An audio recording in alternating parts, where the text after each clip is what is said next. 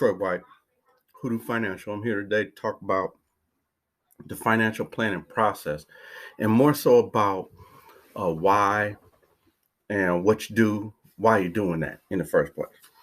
Let me tell you a little bit about some stats. This is getting to the why.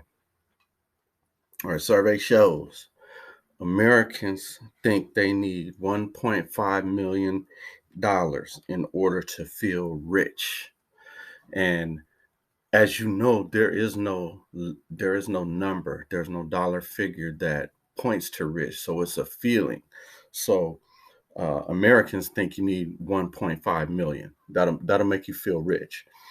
But peep this: 59% of Americans over 65 years old have less than $100,000 in their asset portfolio. 59% of people over 65 have less than $100,000 in their asset portfolio. 65, you're supposed to be retiring, right? So if you got less than 100,000, it's, so you figure someone to have a decent living in my area of America, you need at least $100,000. So that means they have less than what's required to live comfortably for 1 year.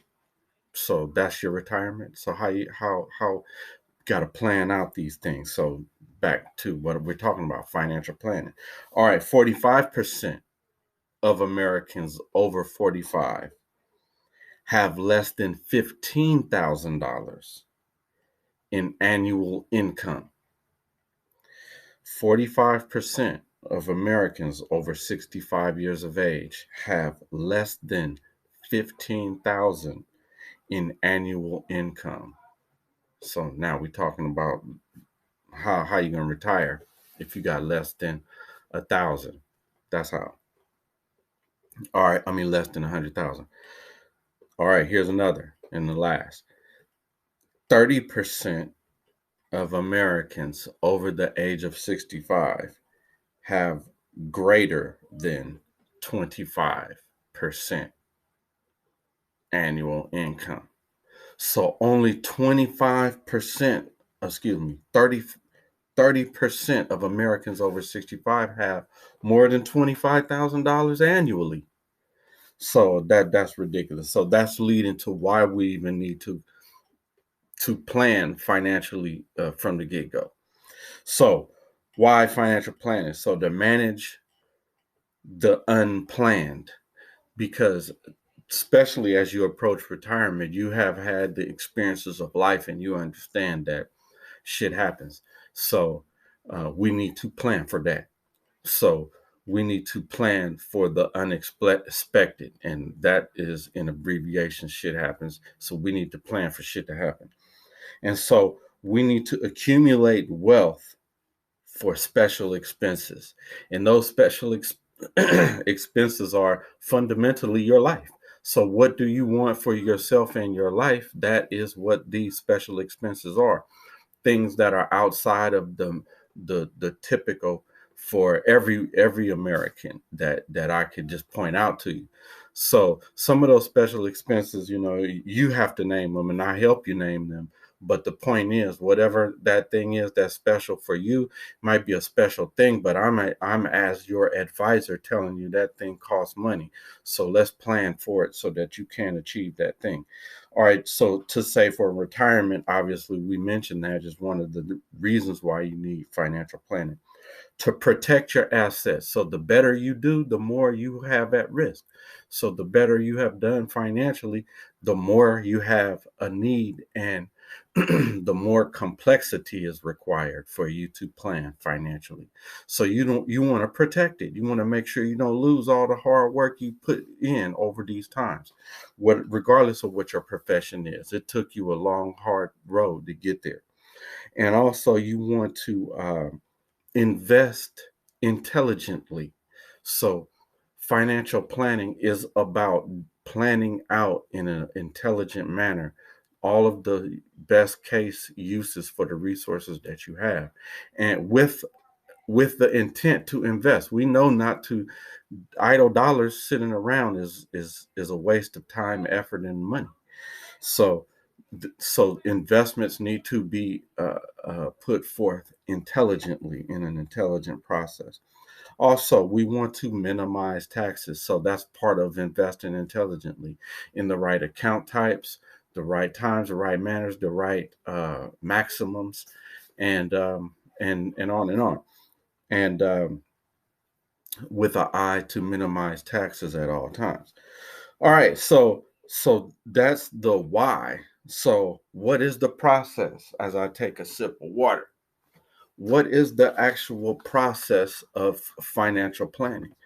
And because it sounds like a lot, and and obviously everyone has a need, then why doesn't everybody do it? And that's because it takes some professional help. I mean, I'm going to tell you what to do, but and you know, you can look anything up on YouTube, but usually you need to engage a professional. But the things that I'm telling you now are things that you're going to need the knowledge base when you work with your professional to get the best out of them, so that you will even know what you're working towards, and the questions and the comments that you need to ask of, and put toward your the professional that you're working with. All right, so the process first off is to evaluate your financial health, evaluate your current financial position. Like when you go to a mall and you're trying to find a certain destination, you look on the map and it says you are here. You have to know that first before you find anything, any direction to go in. You have no idea what your needs are, which way to go, until you currently know where you are. So that is what I mean by evaluate your financial health. That means not saying that it has to be bad or good. We just need to know where you are, so that you and I will know the best course to get you to your goals. And so, and speaking of goals, we need to define your goals. And that means, again, some things that you want to achieve in life that you don't think have a monetary value to them. But I know that whatever it is you want to achieve, you know, there's a financial component, even if it's just the gas money to get there. You know, the rent, the room and board it took to take on this endeavor, whatever it is, to get the kids through college. We have to plan for it, and we have to invest over a long time horizon. So we need to identify those financial goals, put those goals on a time horizon, and then monetize those goals. And that will allow us to develop an investment strategy that so that we could start investing to achieve those goals. And that investment strategy is going to consider that you have multiple goals stretched out over a long time horizon. And so then we're going to implement the strategy and then review the progress and reevaluate the goals. Hopefully, we achieve some of those goals over time. So that means we have more investment dollars to put towards the longer term goals, and reevaluate, readjust, uh, readjust, rinse, and repeat. Do it over and over and over until all goals have been achieved, and until the life is over and there's wealth to pass on to your heirs.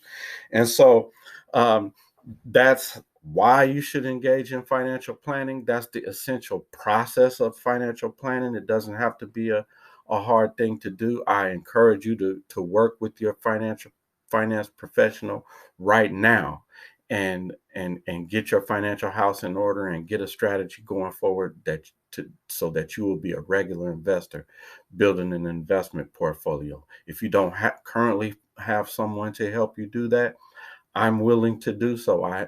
For any client that I work with, they must be willing to learn, plan, and invest. That means to become financially literate, to engage in financial planning, and to be ready to invest.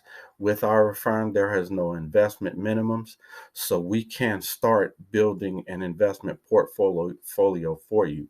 So I will include a link to our investment program. Portfolio Builder is an investment building, a portfolio building program where if you don't have an investment account currently, we can provide access to one for you, and we provide the advice and the portfolio building consultation, investment management, so on and so forth.